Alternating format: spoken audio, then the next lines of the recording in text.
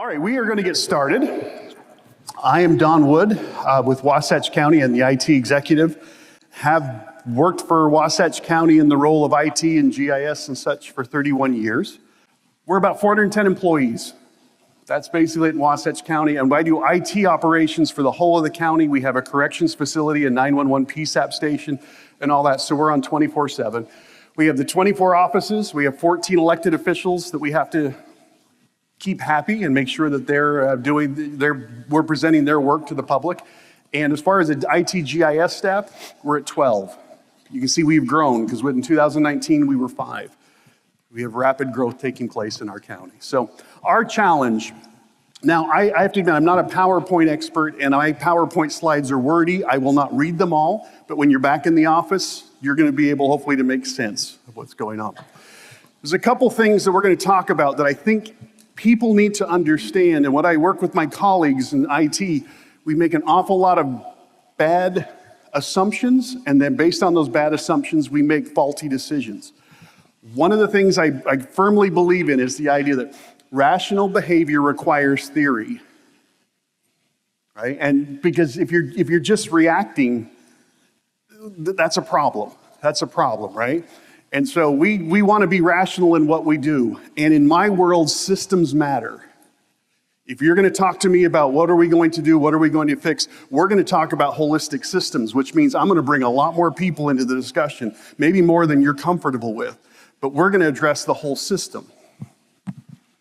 So what was our challenge? This is, like I say, very verbose and such. But our challenge was we have systems of record. We have property tax systems. We have law enforcement systems. We have financial systems. We have all these systems of record. We don't want to change them. But how do we integrate with them?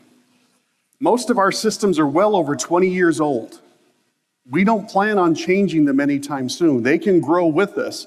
We just need a way of integrating these systems of record, right? How do we empower our employees? By allowing them to interface with these systems of record through automation tools, but not necessarily having to have them work in the system of record itself. Through Highland and automation, we're able to do that. We're always trying to build a smaller portfolio. We are not looking to expand. I'm not a big fan of these cloud apps where you does one thing and this does one thing. No, we're not looking to do that. We want to consolidate and such. And then we want to empower our customers. And in our case, everybody we work with is our customer, right? So it's our business owners, property owners, it's our constituents, it's the employees of the county, our elected officials, even our vendors and media and such that we have to work with. One of the big things that happened this year with Utah is that Utah adopted a law in January. They passed it. It went into effect May 1st. If I collect your PII, my county, I don't own it. Wasatch County does not own it, you own it. And I have to protect that. I become a steward of that data. And so we have to come up with systems now to register all the PII that we're collecting from folks like you with the state and showing how we protect it, why we use it, what statutory authority we collect it under, how long we'll retain it, how we will dispose of it, when it is disposed, all those kind of things. And how we're going to build a system to manage all this. Right? And then our biggest thing is we are trying to build trust. We are trying very, very hard to build trust. We all know in government, that's one of the biggest challenges we have is why should you trust us? So, OnBase, could it be the solution? For us, it's a solid solution. We have used it since 2015. We have all of these different portals and such that we expose to the public. We have a public sector constituency portal. We have a plan review portal, agenda portal. We put Unity forms up all over the place. But every time we do that, we can't necessarily put them on our site. This idea of trust. I want you to trust me, but oh, by the way, I'm sending you to a different site. Well, is it a Wasatch County site or isn't it a Wasatch County site?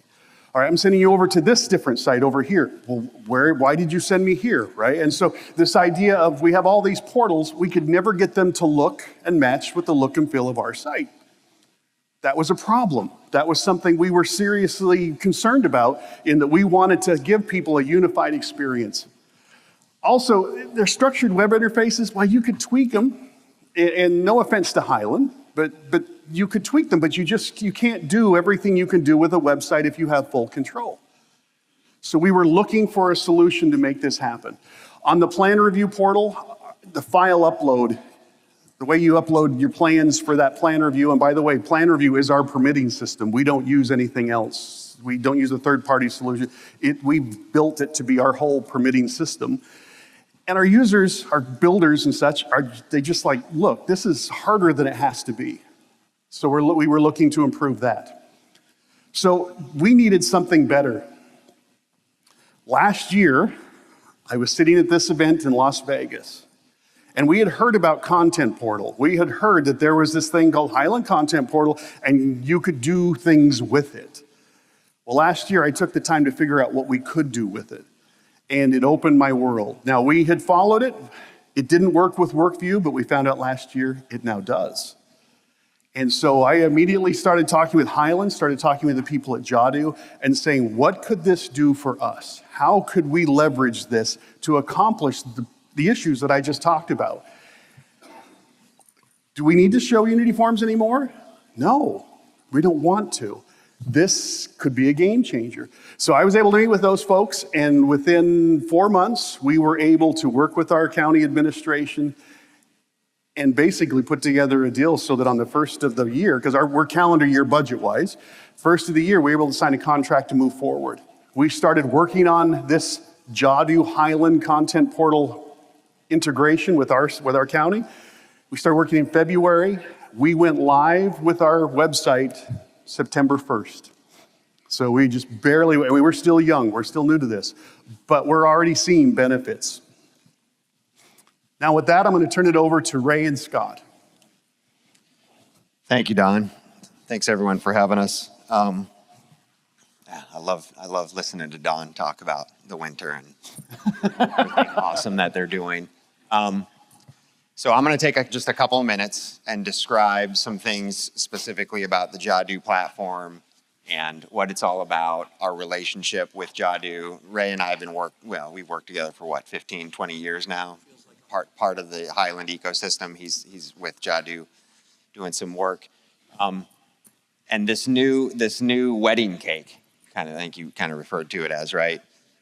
We felt was a great way to describe what you're getting with this platform. And before I kind of get into the layers of the cake, I just want everyone to know we sell this platform as the Highland Content Portal. You can buy it directly from Highland. You get full tech support directly from Highland. You can buy it through your resellers if you need to do that.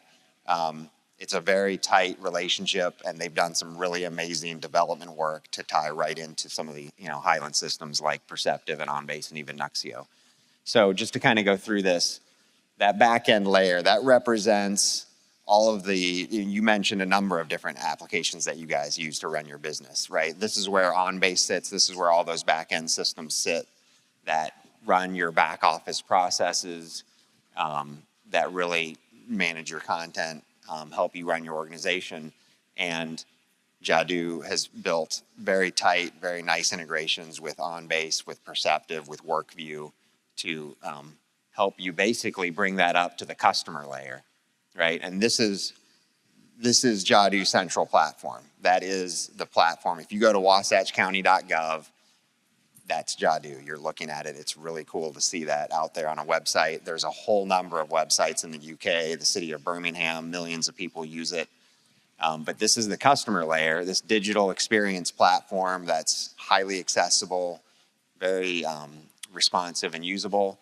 And on top of that, and I think this is really interesting, Don, when you start to talk about the systems, the systems have to work together. One product alone doesn't do it all for you. The thing that's cool about this product layer is this is where you can bring the widgets that you need, the functionality that you need. You can interact with your external user systems. I think Don, in Utah, you guys are going to tie into the Utah ID system. Yep, we'll talk about that. Right, so you can do that here at the product layer, and you can basically bring solutions together. Those customers are your businesses, your students, your public users, the press. So this all comes together. And one of the beautiful things that, like I mentioned, was, as we know, accessibility more and more an issue, and now the rules have changed for accessibility. So in 2024, this past April, the rules got really specific about web content accessibility guidelines 2.1 AA, and those timelines are being pushed down to local, state, universities, special districts, and we can help you deal with that right now today if you need to. So I just kind of wanted to point that out. Making things accessible for humans makes them accessible for the AI. And if you, AI systems that might be pulling information from your website, it's going to help you get information out to your constituents through things like ChatGPT and there's some really actually cool AI built into the system now that I've seen some demos for the next platform release coming out. So you might want to check that out at the booth.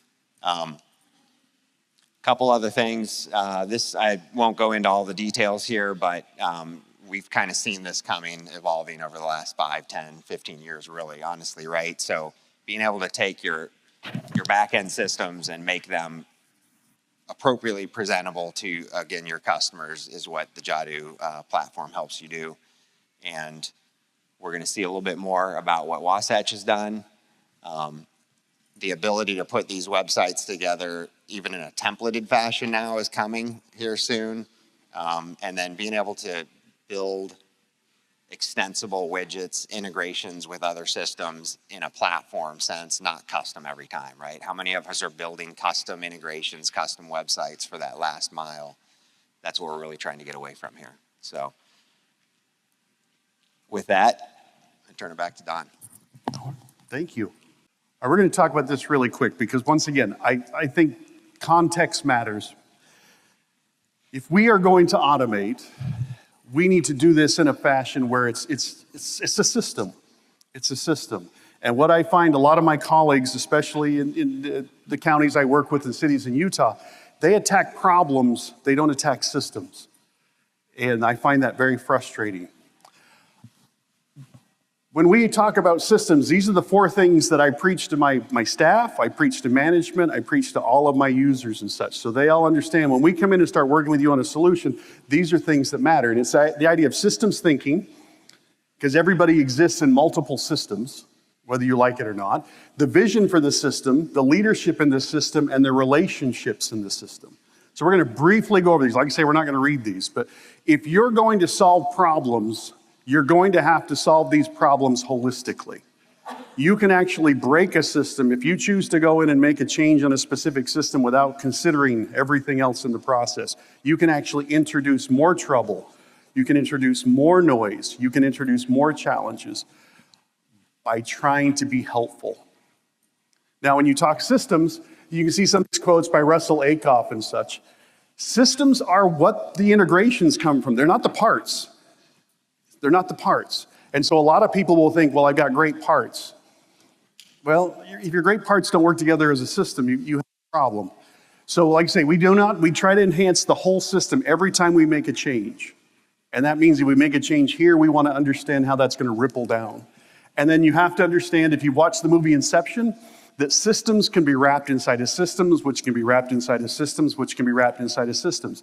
As IT managers, we need to take the time to understand the systems in all their complexity, not just the specific system we're working in.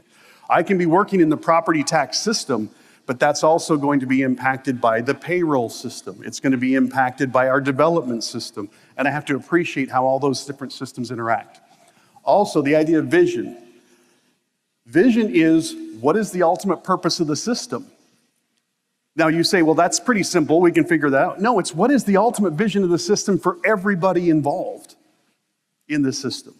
So when our first automation project in 2015 was to automate our building permit process. It took us 6 months to get the building permit approvers to agree on what the building permit approval process was.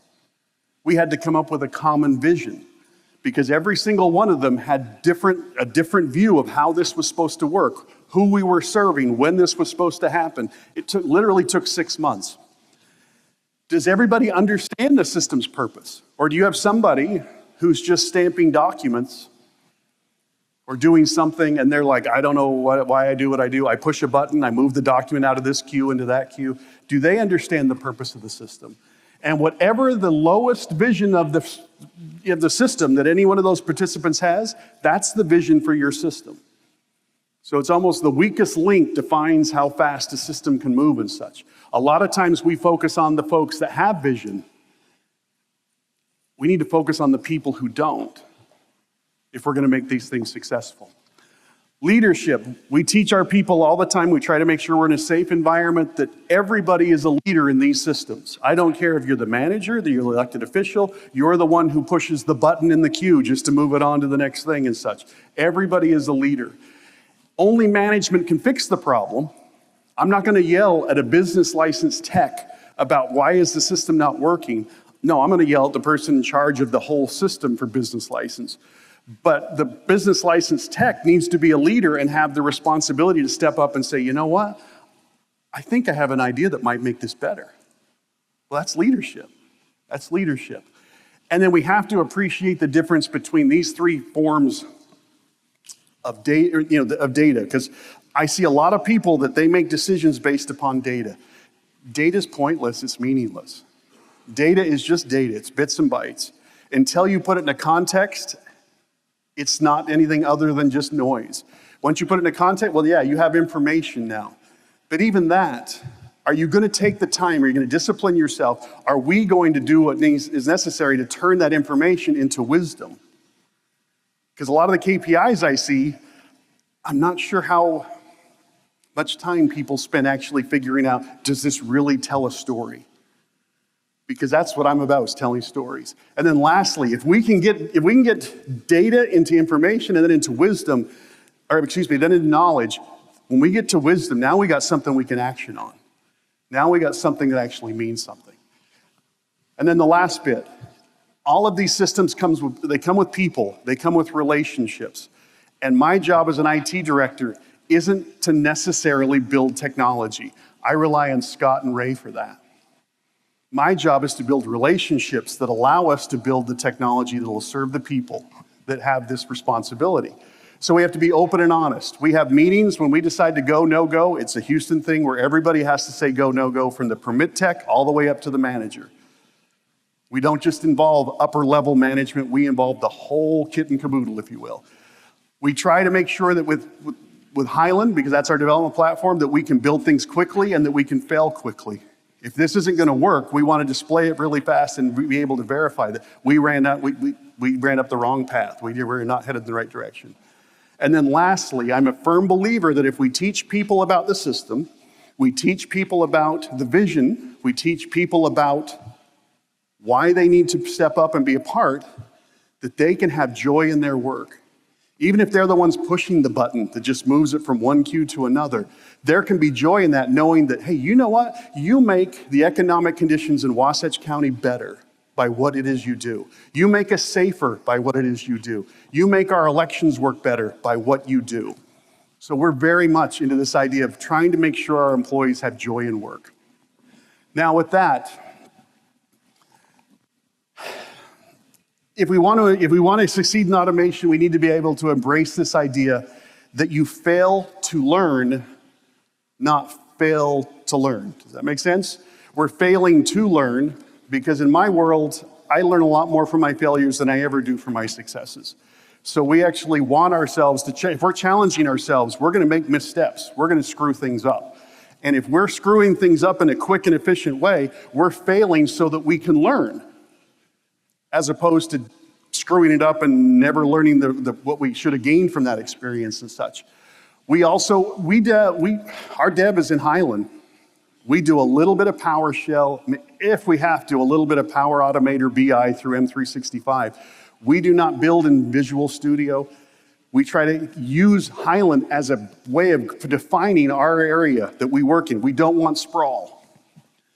Lastly, we try to strengthen the system of record. OnBase allows us to be able to interface with all those systems of record. I don't need to have my users necessarily in the system of record anymore. I can have them inside the OnBase system. OnBase is the facilitator. The system of record is the record storage device. We kind of flipped it on its head. Everybody thinks OnBase is the record storage system. Yeah, you store documents, but no, our systems of record store the records. OnBase is the facilitator that allows us to move data between and to allow our users to interface with these systems. And then we develop quality relationships. Almost every, like I say, every system of record we have, 20 years. We have some that are 35 years that we've used the same vendor for the same system of record, and we've been able to keep it functional. So with that, here you have kind of an example. Sorry, I forgot about this. These are our times. Our financial system we've been on for 36 years. It was there before I got there. We're still using it. We're not jumping. I don't want to introduce ripples in the pond. I'm looking for something like a Hyland or a Jadu that allow me to build on my systems of record and allow me to grow without having to implement new changes and constantly be migrating from one platform to another. You see over here, we have our development platforms and such. We've been with Hyland for 25 years. We've been with Esri for 31 or 32 years. Microsoft, 29 years. We don't change much because we don't have to. We find good people, good partners, good technology, and we stick with it. So making this vision, what happened in Vegas last year? Making this vision a reality. Last year, we found out that, hey, WorkView is now part of Content Portal. Jadu can do what we're looking to do. But as we started talking, and I started talking with some of the management at Jadu, I come to realize the fact that Jadu just doesn't do Content Portal. Jadu can actually be the website for Wasatch County. I don't have to use Content Portal to get the benefits. I can actually use it to do everything. This unified experience, this idea of trust, this idea of trying to give our users the ability to, you can use this site for everything, more or less. And that started us down this platform. So what is Jadu? Jadu is a very low-code environment. And like I say, we are live on this, so I'm not just giving you the spiel, right? Accessibility, I will be honest, that was not our highest goal. We did not have accessibility necessarily on our roadmap. But as we understood what Jadu could do and the fact that accessibility is built into their core DNA as an organization, it was like, well, now this is another win. So accessibility, they're 2.2, which is much more strict. And I will tell you, we're going to talk in just a bit. Our previous site, we knew we weren't good. We didn't know how bad we really were, right? As far as accessibility goes, right? And they have the ability to be secure as we need them to be, which we appreciate. So this is live. We went live September 1st. This is wasatchcounty.gov. We actually did a domain name change. We were wasatch.utah.gov. We're now wasatchcounty.gov. This is just porting our current website over to the Jadu platform. We have done nothing necessarily special, nothing necessarily great. But I've actually received 2 phone calls and a text since I've been at the conference with people saying how much, we went live on the 1st, but the 4th is when we did our official go live. I threw 3 compliments this week, and it's the fact that, folks, the data didn't change. I can guarantee I moved it. The data is the very same data. We're just using Jadu as the platform to deliver it. And we're getting compliments on how much better it is, how much more they like it, how much more effective it is at telling a story and such. If you're going to talk accessibility, one thing you need to understand, you can make the website accessible, but if you have those old nasty PDFs that are just scanned images and such, they won't be accessible unless you do something to fix them. So we know that we are higher in our accessibility than we were. We are not perfect yet because we still have these old PDFs that we're going to be referring to, and we're in the process of working on them to try to get them in a position to where they have the text in them so somebody who's visually impaired will be able to have a reader that can read that image and actually know what's on that image. Just so you're aware, there's a company called Silktide, and they go through and check websites for accessibility. Wasatch County, in US counties, we ranked for accessibility the month of September, because they tested it in the end of August for their September rating, 1,385th. That's not good, folks. That's not good, right? I mean, that's not a number you put on your chest and you walk around and say, man, we're 1,385th, right? We are hoping when they run their new numbers, which will hopefully be coming up here towards the end of this month for the October, to break the top 25. There are those at Jadu and such, which are telling us, no, you're going to break the top 10. We will see. We will see. I know some of the PDFs we have out there, and so I'm a little worried about that. So our vision with Jadu is and OnBase is we don't want to change any of our systems of record. I'm not looking to move to Workday. I'm not looking to do all these. I'm looking to stick with what I have that my users know that have served us well for years and years and years. I'm looking to work with those vendors to have them build the best of breed platforms. But in our world, OnBase is the core with Esri, right? We want to be able to automate our processes. I want to be able to have people log onto our site and be able to request services, to see lists of services and such, build a citizen portal. Now, concerning the citizen portal, coincidentally, as we were talking about this with the state of Utah, we found out that in our state, the state of Utah is building an identity provider for every citizen in the state of Utah. So we were like, well, we're looking for an ID provider, right, for this. We don't want to pay for it. Could we use you, state of Utah, as an identity provider? And their response was, sure, why not? They're building a citizen portal. They're in the process of RFPing it and all that now. And so we sat down with their data architects, and with Jadu and with what the state's doing, we believe we can put together a system where using a Utah ID, my citizens, my property owners, even ones that don't live in Utah or live in the country and such, will be able to set up accounts where they can log on to my site.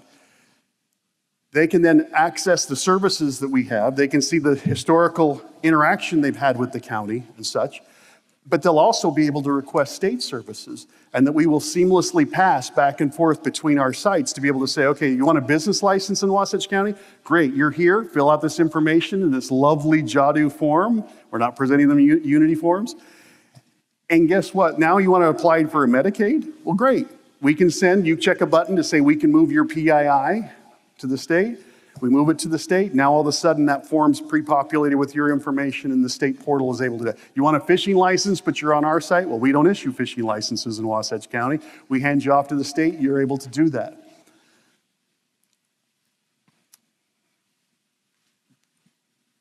Last year, I told you that we had a new law went in effect May 1st of last year.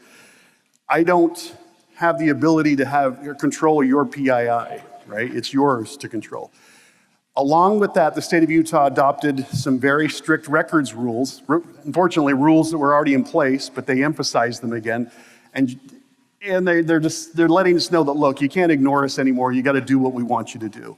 And that is that every record we keep, so if I'm in the building department, we like to pick on them because they're kind of our golden child. If I have a building permit application, I have to record that I have a building permit application with the state. I have to record what PII is on it. I have to record why I have it. Once again, the statutory authority, how long I'm going to hold it, all those different types of things. So we have to come up with these record series, and like I said, they have to be registered for the state for every single department. This means our sheriff's office, health department, everything. We got to go through all these. We have to have retention schedules, and we have to honor them. And those retention schedules, the legislature's made it very clear, those retention schedules involve PDFs, they involve paper files, and they involve your databases. So if you have a database record, you're going to treat that the very same as you're going to treat anything else. And if it has PII on it and you say you're going to get rid of it in 3 years, you have to get rid of it in 3 years. And you have to document the fact that you got rid of it in 3 years. You can't hold it like I have in my cash receipting database right now. I know I've got data going back to 2002. Should we be holding data that long that has PII information? We have to have privacy policies and forms on everything we put out to the public to say this is why we collect it, this is what's going on and such, right? And then in here, probably in about 6 years, 5-6 years, the legislature has told us they will enact legislation that will allow every citizen in the state of Utah to ask us to perform an audit on their behalf, where we have to say, here is all the data we've collected on you, here is where it's stored, here are all the rules, so that we can be accountable for the PII people have given us. And they have changed the rules to say, we have cybersecurity breaches, and we have to report those breaches and such. We have a requirement to report our cybersecurity breaches to the Utah Cyber Center. We also have now a requirement that if we have PII breaches, we have to report them to the Cyber Center. If there are less than 500 people involved in the breach, we have to report that annually. If it's over 500, we have to report that immediately. And so these are all things that JADU and Highland are going to help us with. Because I was excited about this, and I was daunted by it, because this project is literally a 7 to 10 year project to get all this done. But I knew I had a team that could make this happen. And I was so excited that I'm on the State Privacy Commission now, which makes me even more excited. And my manager came to me and said, well, if you're so excited, it's all yours. Good luck, right? So I'm glad that I have these people standing behind me, right, that are going to back us up with this. So, and over here, you can see some examples of what I consider the elegant forms that JADU allows us to build based upon our styling, based upon our needs, based upon what we want to show the customer and such, as opposed to a Unity form. Unity forms were perfectly functional, but they weren't necessarily elegant, and they didn't necessarily do everything we wanted them to do. So what is our vision now? You can see now we have it at JADU to that list. OnBase, Esri, JADU. And I would probably change OnBase to Highland, because Highland has a suite of tools. It isn't just OnBase anymore. Highland has tools that aren't necessarily that brand. But we've added JADU to these key players for us. They're game changers. I keep my systems where they are. I allow OnBase to be the facilitator for data to move between those systems. We hope, like I say, to have the citizen portal put together to where we can allow our citizens to basically log on, see what's going on. If they've made a Freedom of Information request, and by the way, in Utah, we call that a grandma request. Everybody's always like, why are people in Utah talking about their grandmas, right? Well, it's because it's the Government Management Access, or Records Access and Management Act, so that's where grandma comes from. So we want to be able to allow them to do that, and if they did it 3 years ago, here's your grandma request from 3 years ago. Here's the results from your grandma request from 3 years ago. You want to download it again? Knock yourself out, right? No problem at all. But build this all in the context of JADU and Highland, talking to our systems of record to do what needs to be done, but not necessarily impacting our systems of record in that we're having to build new functionality into those systems of record. I think this is a great vision. My management is in support of this. We hope that within 3 to 4 years, we will have this built in preparation for when the state requires audits from our citizens for PII. With that, are there any questions about what we're talking about or anything that I could potentially address? Ray, please. Yeah, Don, thank you so much for that insight, your transparency as well. We appreciate that. Earlier this week, on the main stage, we all had a call to action to become content innovators. I think you've just witnessed a great example over the last 12 months, the vision that Don had. And so we had a lot of stuff we could have talked to you about from a Highland and a JADU perspective. And I would look at that as the National Geographic of information, right? It's the sort of thing where when I was a kid, I'd want to see the Grand Canyon in person. Parents could never afford to take us there, but I'd be able to go and look at pictures in National Geographic, and they were phenomenal, right? That was always award-winning. But it never served or satisfied the longing that I had for the Grand Canyon until I stood at the edge once I was a little older, and by the way, brought my wife and kids.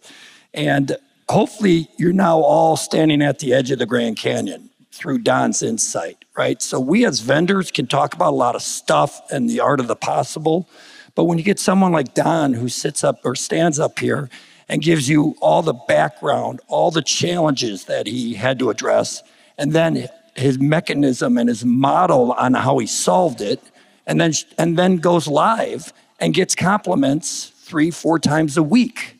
It's possible. It's being done. So my goal, my hope, my vision is that we get a few more of you up here next year at Community Live 2025 talking about this stuff. So with that, I just wanted you to understand that it's a real thing. You have a team of people. We're just not bodyguards. We're actually adding value. But I wanted you to hear that little story. But are there questions? Because if there are, we have a booth. Jadu does have a booth here, but at the same time, maybe asking an audience, and that way it might build for another question. I know we only have a few more minutes, but anyone? Show of hands. Oh, all right, we got one. I'll come back with the mic. So, wait, Colin, this is being recorded. So, I guess I can repeat it. What's your question? Okay, the timeline on the website, start to finish. Timeline for us. We met with Jadu back in Vegas last year, Community Live. We worked with them and Highland to come up with a price quote for website and for content portal. And we had that basically in place the first of the year. We had to get budget approval, so I had to submit it in October so we could get budget for January. We signed it the very first part of January. We started working with Jadu and Highland once a week, end of February into March. We've been meeting every week. Matter of fact, I meet with them tomorrow morning and such. We went live September with our website. Content portal, we had one form available. It was for our Board of Equalization, where owners can appeal their property values and such. Unfortunately, we've taken that down because the Board of Equalization application period is done. My development team is working on these other forms that we have out there that are Unity forms that we're pushing to content portal. So I hope to come back next year and not only talk about the fact we use it for a website, but be able to start saying, look at all the things, all the applications we have built and how Jadu makes them function very, very well and look very, very good. As far as accessibility goes, when you have a screen reader or something along those lines, it has to have text to read. And so if I put up an image of a scanned document and there is nothing in that PDF other than this image, there's nothing for the reader to read. And so even though my website may be very compliant with accessibility standards, that PDF is not compliant. And so we acknowledge that, and we are working to try to identify the PDFs on our site that do not meet that criteria, which were, typically they're scanned documents. And what do we have to do to put the text back into them? I mean, we have some documents that are script, some historic documents from the 1800s where it isn't printed text or anything, it's actually script. What do we have to do to put text in so that the people who do have those challenges are able to participate equally in our website, just like a sighted person would be able to do? So. How do you manage the public record request on this site? How do we manage the public what? Public record request. Public record requests? Right now, we send our public records requests through the state of Utah, who then sends them right back to us, but that way we have a log of that was set. We are building that as we speak. My business analyst is building our government record, our grandma system, and we will be going live with that. Our goal is first quarter next year. Is he building that in Workview? Yes. Oh yeah. So We build everything in Workview. Sorry, that's how all the apps get built in, and then we use workflow where needed. Request and collect the information. Are we using full text search? We use full text search. Yes, in our OnBase implementation. Yes, we have full text search. But yeah, government record requests, we basically have two types. We have a general records request and we have law enforcement record requests. We certainly get a lot more law enforcement record requests than we do government records. But we've seen an uptick, and that's what got everybody interested in the idea, can you automate government records? Because we have seen in the last 4 years, our record requests go way, way up. So we plan on building not only the system to manage that and be able to say, okay, Sheriff, you've had this many requests, and okay, County Council, here's what's going on as far as record. We want to be able to build the user experience so you can apply, you can do everything online if you wish. You'll be able to, if there's a charge, make your payments via the website and all that kind of stuff. When we approve, we're going to say, look, your request generated 127 records. We're only showing you 120 because 7 of those records are classified as private, right? Here's your records, here's the zip file, whatever it has to be. And then if you want to challenge us on the other 7 we didn't show you, then please, here's how you would appeal that decision to the state records office and or the district court system. So we're trying to be very upfront with people and such, and this is the kind of apps we're trying to build to help our folks. How many servers? With OnBase, our implementation is 4 servers for our production environment, and we have 1 full Jadu server. We do Jadu on premises. Everything is prem for us. We have not put anything to the cloud. I'm so happy to hear that hybrid cloud might be coming because we can do that, but I'm not sure we're ready to jump to just cloud. One Jadu, well, we have one Jadu, I misspoke. We have one Jadu web server and then we have a database server behind it. So there's two separate servers that are powering the Jadu server and the content portal. There are 4 servers that power our on-base implementation. How much did it cost? It was, all told, it was in the 6-figure category. Now, I have a county of 37,000 people. That's a big commitment. That's a big commitment, right? Our previous website was built on technology that cost us maybe $10,000 a year, right? If I'm doing this for a website, that may not be the smartest choice. We're not doing this for a website. We're doing this to enable our citizens to be able to participate in their government. And that's why we're willing to make that kind of commitment. And I will tell you, even though that's a big number for a small county, it was one of the easiest approvals I got because we had told the story, what we wanted to do, why we wanted to do it, how we wanted to do it. And it worked. So far, it's worked like clockwork. We will have bumps, I'm sure, but so far we've had many more successes than failures. Well, we appreciate you staying late with us, as well as I think this is the last session of the day. is. So pat yourselves on the back. A round of applause for Don. Thank you all for coming.